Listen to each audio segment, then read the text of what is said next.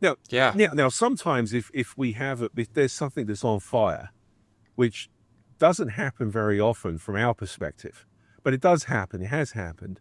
Then they do become maybe a little bit, well, okay, you need to start showing us this. You need to start showing us that because, you don't have this plan or you don't, there's a really important milestone coming up and you aren't showing me that you're on course to hit it. So next time we need to see this or that. But it's very, I can't remember micromanaging people here. Uh, Yeah. and in fact, when we have people do it to us, it's often a shock. And You mean like a client starts oh micromanaging the yeah, team? yeah, Yeah. Yeah. and it's difficult because we've had clients that go into we have a stand up every day for every project. It lasts 15 minutes, and we do it. It's a typical agile thing, right? What are you doing? What are you doing next? How are you getting on? Do you have any problems? That's it. And clients will use it like a PSR every day, and it can take an hour or something, right? And that is a waste of time, Yeah. right? What do you think's changed since yesterday? You um, there's a couple of things actually I just wanted to go back on Yeah. just to Yeah. Go touch ahead. it, but when you had the little green red thing, we have that. That's literally the top of the PSR Mm-hmm. because if you're in a hurry and you're one of our C-level people, maybe that's all you have time to read because Yeah. they read all this stuff. It gets sent out. Um, but so if someone, and this is how it works, and if someone has a green, which is there's a score that's associated with a green, and then there's a little blurb that why you're green at a very high level, and then we start going through the PSR, and we have things on there like rankings for different parts of the process, and how do we feel our client is on a couple of different things, and if those things don't add up, like well that's low, but you said it's green. That's the kind of discussion we have. Why? And then they Mm-hmm. have to think about it. They have to explain it, and Mm-hmm. it tends to stop things being green when they're not green. Yeah. And there's no, Yeah. a lot of the time our things are yellow. They're very rarely red. Sometimes it happens.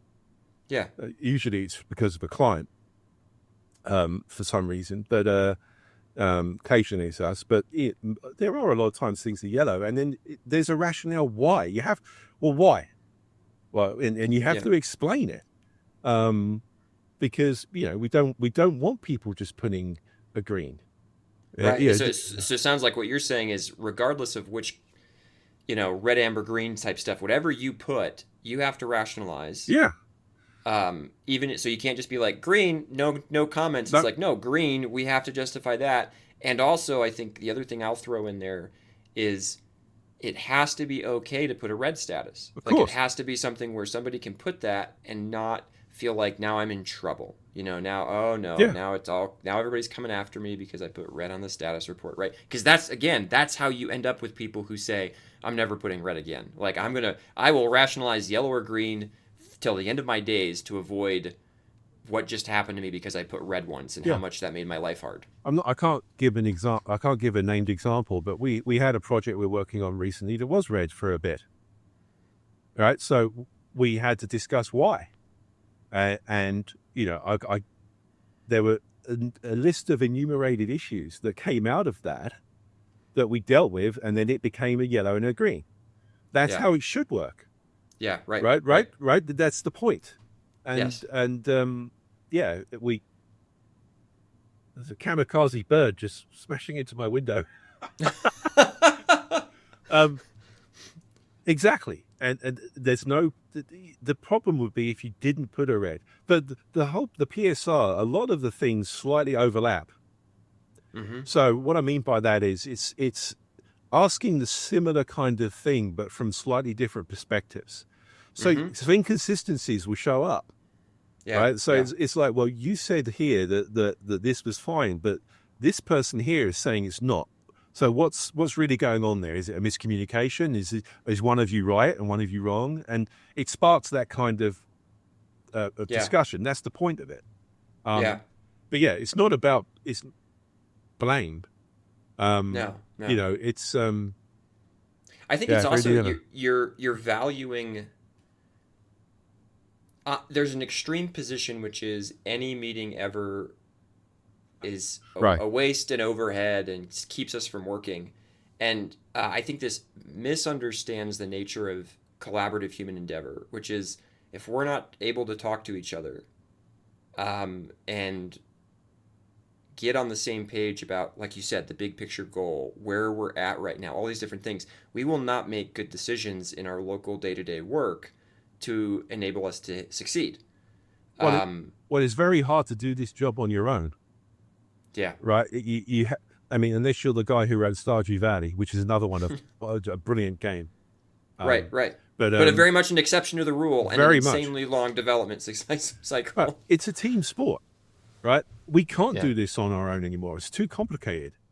In game and software development, we spend so much time estimating, and it often feels like a burden that just takes a bunch of time but doesn't really add much value. My name is Benjamin Karsage. I've created a course called Advanced Estimation for Game and Software Development. This is actually something people out there asked for when I was looking at what would be helpful to you, what course could I build.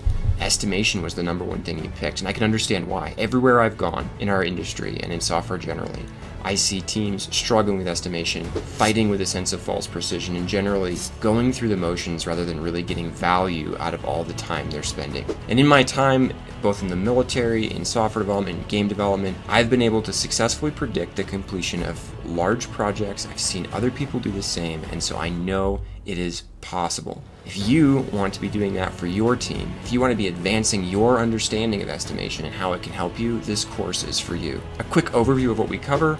We start by discussing the state of estimation today, why it's so challenging, and why are we all doing it and continuing to do it even though it doesn't seem to add that much value. Second, we talk about calibration, how we can become better calibrated estimators and train others to be the same. Third, we talk about how to get ready to estimate, who should be estimating, what are we actually estimating, how do we set up ourselves to succeed and to avoid the individual biases and fallacies that prevent our estimates from being good. Finally, at least for early access, we talk about tools, techniques, the approach.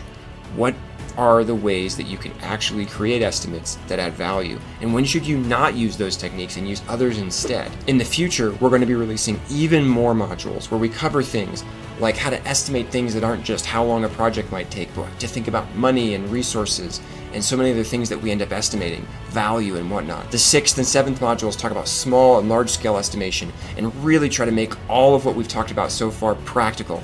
And those modules will be coming in the future. For right now, we're focusing on those first 4. And as a result, we're keeping this course in early access at a lower price. As more modules come out, that price will go up. So get it today while it is as low as it'll be, and you will get all the future sections as well as those first 4. It's already 15 hours of content and more than 20 worksheets, templates, and examples for you to take away. I also interject stories from my own experiences, both failures and successes, of how estimation has gone well and poorly and what you might be able to learn from those things. So there's a lot of tools here, there's a lot of resources. This is a problem we're all facing because we all spend so much time doing this, and I think we get way too little value out of it. I think we could be spending less time and getting more value and really helping our teams succeed, creating the software, the games that will really please our audience and players.